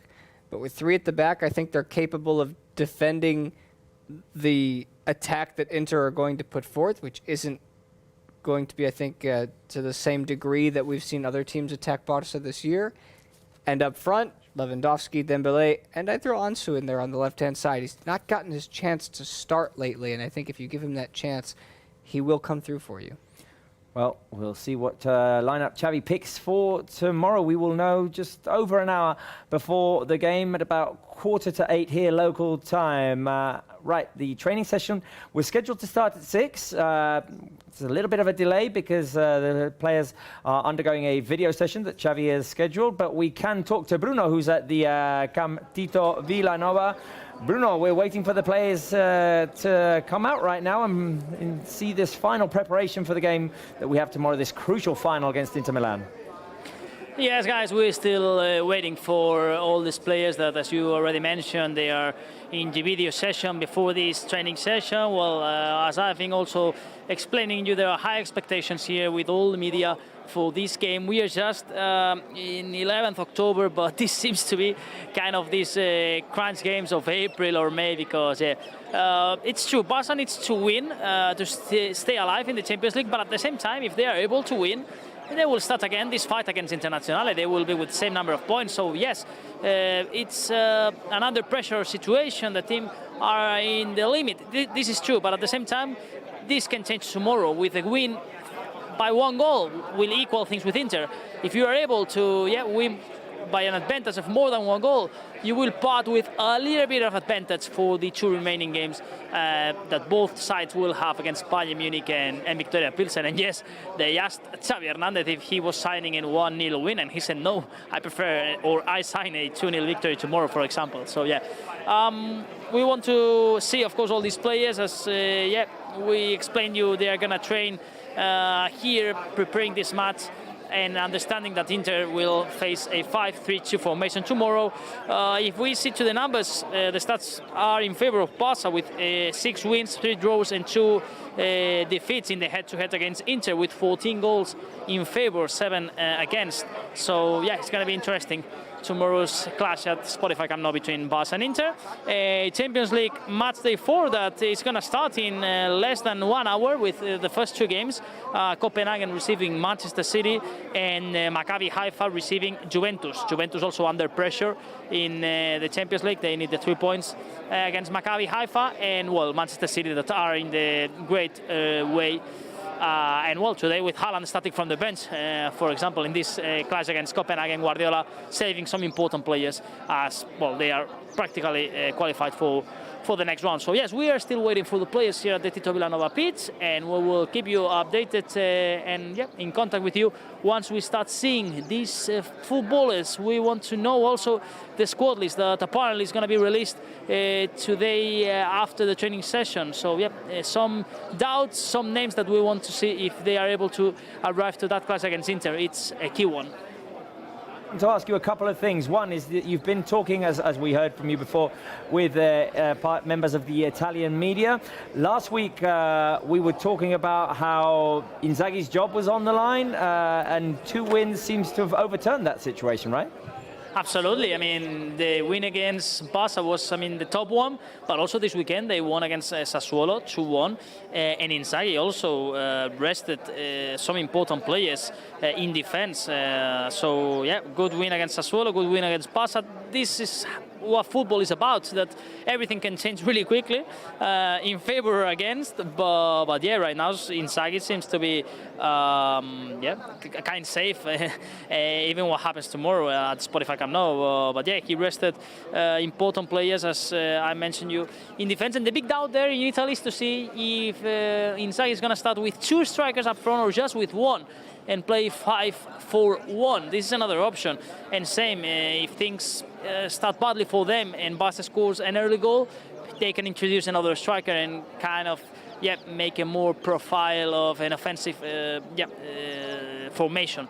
So also some possibilities that Inzaghi has. They are about to land in Barcelona airport, and let's see if in the press conference at 7 p.m. at Spotify Camp Nou he gives to the media some clues. But yeah, situation right now and expectations for this game. I mean, everyone's really excited. At the same time, a little bit of nerves, I think, for all the ones we cover Barça information, because yeah, you know that you need to win, because if not, your options to continue in the Champions League are gonna end. So a big test tomorrow, and yeah, let's see how Inter also faces this class. There are some also questions there in the Italian side. Big test for us tomorrow. We will all agree that for all of our well-beings, we all want a win. And for that, Bruno, we need Camp Nou, the Spotify Camp Nou, to roar, as it says there on our graphic. We need to be all united, tots units fem força. Both Xavi and Pedri have praised how the fans have come out in masses this season, over 80,000 in attendance in every La Liga game. But tomorrow, we need it to be even more than that. Absolutely, and no one has to worry about the past, because, I mean, Inter fans have retired 1,500 tickets from the 5,000 that they have available. UEFA rules is 5% of the capacity of the stadium. But it's true that in social media, some videos have been publishing those last days, kind of, well, people trying to sell tickets for this class, and, well, the alarms have gone on, but then no one has to worry about past bad experiences from last season and what happened at the Spotify Camp Nou. Also today, President Joan Laporta, also Ferran Benteo, the head of security, have been explaining that, of course, well, everyone has to have tickets on their names, and, well, safety protocols are going to be followed. No Inter shirts in Barça zones at the same time. An aspect that I agree a lot, because when you travel to Europe as a fan to all the rest of the stadiums, of course, you are not allowed to be in the home supporters areas. And here in the Camp Nou, always we allow everyone to come here. Well, this has ended so far. And, well, all the away fans, of course, are welcome to the Spotify Camp Nou, but they have to follow security rules, and they have to go to the away fans zone of the Spotify Camp Nou up in the goal south. So that's the rules that, of course, the away supporters have to follow. So yeah, full Camp Nou tomorrow for sure. Let's see, because now we start seeing some images as one of the physical trainers steps into the grass of the Tito Vilanova pitch. So guys, I think we are just minutes or seconds away to start this live training session. Right, Bruno, we'll come back to you then when the players start stepping onto the pitch to prepare for this crucial, vital game, this final against Inter Milan. We're not putting too much pressure on everything, the players, and by calling this finals crucial, vital. I mean, they're doing it themselves, right? Yeah, I think Spencer has said something like this, that you know, those stars, I mean, those players, they are so, I mean, the pressure is something normal to them. I mean, they know how to deal with it, and I'm sure that tomorrow they are going to have the mentality which is necessary to achieve a win. I mean, they are best football players worldwide, so I think we are not about to worry about, you know, too much pressure or something. And also Xavi said something like this, that the pressure is on me. I mean, let the players, you know, enjoy the game. And that was, I think, some beautiful words from Xavi. Xavi did also say that he'd rather be a player than a coach tomorrow. Yes. I think we'd all rather be a player than whatever we are tomorrow. Yeah, and I think the 11 best are going to be out there that Barca have available to them. And so that raises an interesting question. Is Xavi one of the 11 best if he was thrown out on the pitch right now? I think Xavi would love to channel some of his youth days, to channel some of his inner Pedri, his inner Gavi, his inner midfield, and get back to that fountain of youth. But you know what? He's been able to pass down a lot of his teachings and what he learned growing up, and instill that into these new players. Well, we're showing you footage of the Camp Tito Vilanova, the Ciutat Esportiva Joan Gamper, where the first players are starting to come out onto the training pitch to prepare this vital game against Inter Milan. Match day 4 in the group stage. Barca have 3 points, Inter have 6, Bayern have 9. Barca need a win to get back on level terms with the Italian side and fight for qualification to the next round. Ideally, winning by more than 1 goal. Got Pedri, Eric Garcia, Sergio Busquets on the pitch, with Gavi as well. Bruno, gradually the players are making their way over to this little circle that they have, and will get this training session going. Yes, players that are arriving now to that middle part of the field, they're going to receive the first instructions from Oscar Hernández and Xavi, both manager and assistant. Oscar was really angry the other day after what happened in Milano, of course, with the referees and everything. He got sent off, right, Bruno? He got sent off. Yes, well, he was sent off in a league game, not in that one against Inter. Oh, well. The other day in the league, he was watching the game from one of the boxes. So yeah, he was suspended in the league, not in the Champions League. But yeah, good temperature right now, 20 degrees. Sky seems to be a little bit grey, but so far not raining here at San Juan de Espí, at the Ciutat Esportiva. And now we also see Sergio Alegre stepping into the pitch of this Tito Vilanova field, and also Arnau Tenas, one of the goalkeepers of FC Barcelona. The other day, Marc-André ter Stegen suffered a little bit in his back, and was like everyone was worrying a lot because he's absolutely in form. And Iñaki Peña started warming up, but in the end, fortunately, ter Stegen was able to end the game, and he will be ready for tomorrow. Frenkie de Jong also stepping into the grass. He has to be another crucial player this season, Frenkie de Jong. An absence in the few last games after his soft injury with the Netherlands, but now and hopefully tomorrow also ready for that big final that Barça are going to face. Gerard Piqué also stepping into the grass. Great game from the Catalan defender in the league the other day against Celta de Vigo. Another clean sheet for FC Barcelona. And training session that now, yes, is about to start. We're seeing the two players that Bruno was talking about, ter Stegen and Frenkie de Jong right now, talking before this training session. Ter Stegen. Franck Kessié now. We see Franck Kessié also with Ousmane Bruno. Dembélé. Yeah, that's interesting because, of course, can be an important player to recover Kessié for tomorrow for El Clásico. It's a kind of a different profile in midfield that can help you a lot and other results. So, well, we will have to see if he is part of the group or he's going to train alone, but at least we see Kessié with the rest of the teammates right now, and that's something really positive. Definitely. Kessié missed the last game because of injury. It didn't seem like a big injury. The players right now, well, I mean, applauding him. We're going to see the tunnel there for Kessié. I'm assuming it's because he's back after injury, or is there a birthday I'm missing, Bruno? I think because he's back, I'm gonna check it, Google it really quickly right now. Let's see, Franck Kessié here on my searcher. A bit of I'm cheating a little bit here, but no, his birthday is 19th December, 25 years old right now. Early. Yeah, so no, not his birthday yet. Yeah, basically because he's back on the group training session where it seems. So good news for Barça to little by little start recovering players. Xavi basically confirmed that Koundé is not going to be available for tomorrow, and actually we don't see him on the group images right now. But let's see, because he thinks that probably he's going to be available for El Clásico. At the same time, and I completely agree with Xavi, he said that for these kind of games, you need your players to be at 100%, and you don't want to risk, or it's not the best option always to pick a player that is not 100% condition. So yeah, right now no Koundé, but yes, Franck Kessié. So positive news for Barça. Players are going to start the warm-up drills. Bruno, one of the players that Xavi mentioned in his press conference, we talked about it before here on the show, was Robert Lewandowski. He says the team needs to find him in better positions, needs to play closer to him. Yes, there were some questions to Lewandowski, because it's true he was not able to score in La Liga against Celta, also against Inter, but I mean, we don't have to forget that he has scored 12 goals so far in the season, because sometimes people forget what's going on, and yeah, Lewandowski is a player that is used to play these kind of games. His experience, I'm sure that tomorrow it's going to be again his night. It's the Champions League, his favorite competition. Well, actually, in his first appearance at the Camp Nou in the Champions League, he scored a hat-trick. I don't know if he's going to score a hat-trick tomorrow against Inter, because of course a really solid and defensive side. But let's see if he scores one or a brace and can help the team, of course, to win the match.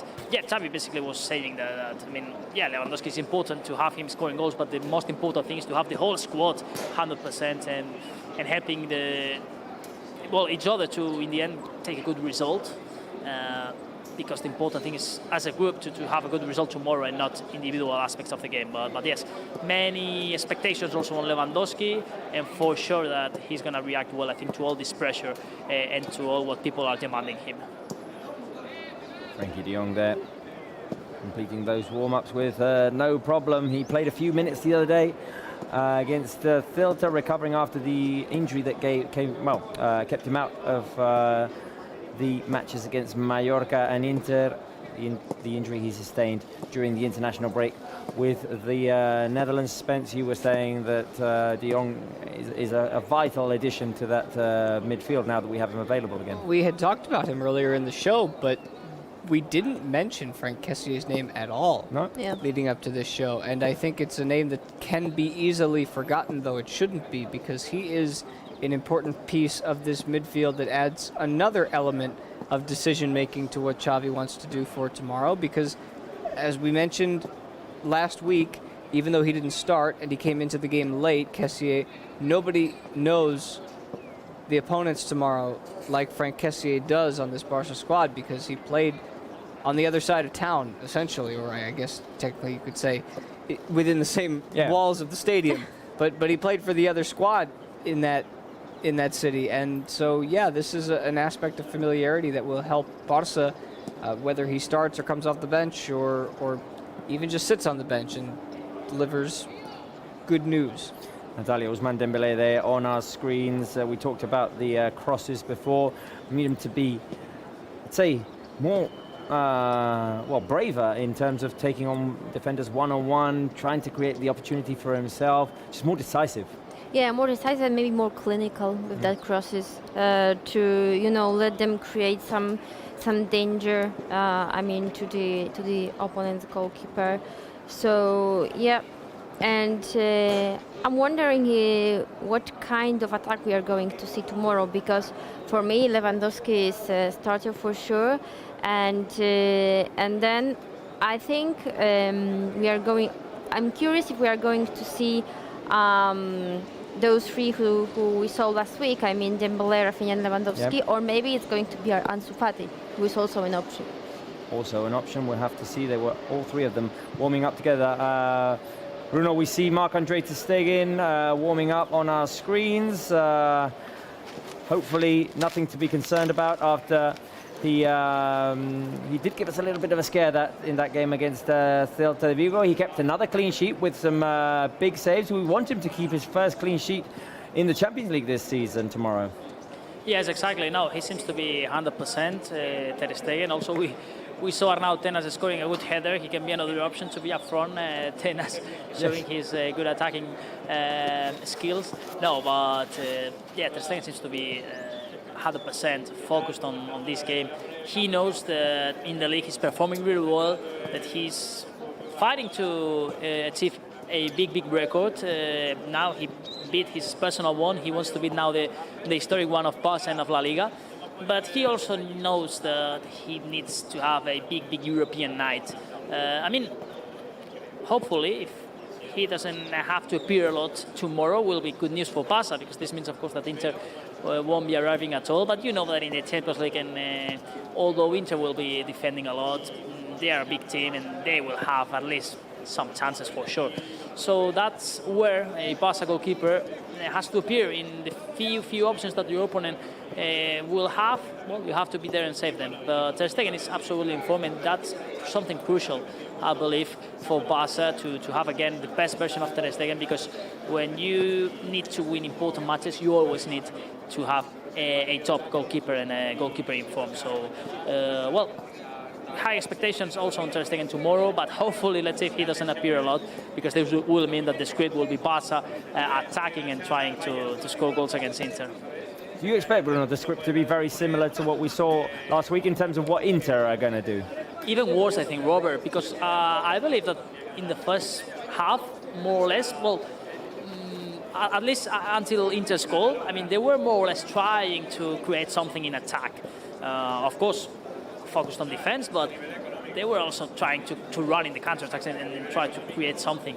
But in second half and after the 1-0 for Inter, they parked the pass basically, and no intention for them at all to try and run and make transitions and anything. So I think tomorrow can be even worse because they will try to start defending since the first minute. But of course, Inzaghi will also have prepared the scenario to see if game changes and Barça are able to score an early goal to be able to react. Here there is something really important. 1 point for Inter is enough to continue with their objective. Of course, a win for them will knock out Barça completely, but a point it's more than enough for them, and Barça need just the win. So this is always something to take into account always when a team are fighting for one result and your opponent with 2 of the 3 results, it's comfortable. And in this case, the game will start with a good result for Inter, that is this 0-0. So this is also something really important, I think, for tomorrow. Spencer, we have some sort of like 4-a-side volleyball competition going on here in this warm-up. What? I mean, it looks like fun. I want to play this game, but I'm curious as to you get 3 touches. The thought process behind it, like what? Just team building. I love that. I love team building. I mean, keep everybody loose, I guess. And don't, and also, you're required. The club is to show the first 15 minutes of training. Exactly. Don't need to show anything that Inter might see. No, exactly. No, I mean, we're not going to see, Bruno, anything that Xavi doesn't want Inter to see. If tomorrow we were talking about formations, what do you think, Bruno? I mean, it's just us guessing, really, truthfully. We know nothing. But do you think Xavi might stick to the 3 at the back? Does he go back to the more traditional 4-3-3? He didn't really give any clues in the press conference. No, I mean, for sure it's going to be a very offensive side tomorrow because, yeah, the 0-0, the way you start the game, you know that this is not a good result for you. Well, what Xavi at least wanted to show us is the way he thinks Inter are going to play with this 5-3-2 that, all these players that, still there here on the field, but he's not going to show us how Barca are going to try to, break this wall. I mean, for tomorrow, I will assume that it's kind of going to be a 4-3-3 in defense for sure, but then probably in attack the way you try a resource to be 3-4-3 with Roberto probably as one of the players that can also help in midfield. At the same time, I don't think they're going to be surprises in midfield and up front with Rafinha, Lewandowski, Dembele up front and Gavi, Pedri, Busquets in midfield. But let's see what happens or which role can play Frenkie de Jong. Yep. Because his name was there on the press room. Of course, to have him playing as a centre-back is one option. He's not gonna. I mean, he has played in that position for Barca many times last season, and it can be interesting the role there of De Jong. While we don't want any player to be injured after this volleyball game, we are seeing a big battle there between the both squads. But no, it seems that everything is okay, of course. So yeah, no doubts at all. I think in midfield and up front. Let's in defense because of course you have Alonso, Balde, Jordi Alba, these 3 players fighting for that spot. The possibility to have again Alonso pairing as one of the centre backs, but we can assume of course that Eric Garcia will start after resting the other day against Celta, and also let's see Piqué because the other day did a decent match and a good performance, and it's an experienced player that also can help you in these kind of games. And at the same time, if things start going badly and you arrive to the final minutes with 0-0 or the game is drawn, also can help you in attack. We see him plenty of times, Piqué as another number 9 and a striker. Right, Bruno, we are going to say goodbye to you because these first 50 minutes of the training session are coming to an end as we see the team in the gold bib having to do push-ups. Bruno, we'll talk to you tomorrow from the Spotify Camp Nou. Absolutely, 8 p.m. punctually we will be there for the preview of this astonishing game tomorrow. It's going to be just 12th October, but what a game. This Barça Inter that is going to be crucial for both sides. Absolutely. I want to see how this game ends. Thank you very much, Bruno, there from the Camp Tito Vilanova di Ciutat Sportiva. We still have a couple more minutes of this training session to show you. The volleyball competition seems to be over, and I expect Xavi now is going to move on to more serious things and prepare for this 5-man wall that Inter are going to try and put in front of Barca with that. He mentioned it, Xavi. It's the 3 in midfield as well who close down the middle and make it very difficult for Pedri and Gavi to operate as well. We need to try and find our interior midfielders more tomorrow. Yeah, just, be more vertical maybe, you know, to maybe not try everything from inside the box, but also try, as we said before, shoot outside the box, be more vertical, to surprise Inter and also their defense, because I think we are all sure that we are going to see a strong block tomorrow. There is a question to be asked at left back tomorrow, because we saw 3 left backs being played against Celta Vigo. Balde on the right, Marcos in the middle, and Jordi Alba on the left. Tomorrow we'll have to see what formation Xavi goes out with. We can obviously start with Sergio Roberto at right back as well. That's an option. What do you think's happening on the left, Spence? Well, with those 3 options, we saw that Balde came in late in the first leg, if you will, of this back-to-back against Inter. And if you're trying to create chaos, then Balde is your chaos man. If you want to keep it tight, then you can go with Marcos or Jordi Alba, depending on where you're at in the game and at what point. So perhaps Xavi is considering that he'll start with one of them and bring the other on based on the flow of the game. And that's ultimately, obviously, his decision which direction he goes or not, whether he wants to start conservative and then unleash the beast later, or just start with sheer chaos to begin with. With trying to figure out this formation and trying to break down the back line, the back 5. Dembélé, as we were talking about, got so bunched up on the right that it could open things up a little more if there are other players who can make those streaking runs like Balde. Well, regarding the lineup, there are still a lot of questions. We'll have to wait about 25 hours, just a day and an hour, to find out the answers. That is probably more or less when the lineup for tomorrow's crucial game at the Spotify Camp Nou will come out. Match day 4, Barça against Inter. Barça need the win to be back on level terms with the Italian team in this group stage and make things very, very exciting for what remains of it. Spencer Siegel, Natalia Ostrowska, I'll see you guys tomorrow. Thank you very much for being here. Thank you. Thank you, and see you. To be celebrating a Barça win tomorrow. We will be live with you on YouTube, on Facebook, on Barça TV Plus as of 8 p.m. local time, 1 hour before the game from the Spotify Camp Nou with Bruno Ballester, and then we'll take over here in the studio with the game preview, with live commentary, with interaction, with entertainment, and hopefully to celebrate a Barça win. We'll see you tomorrow, guys. Thank you very much for watching. Visca el Barça.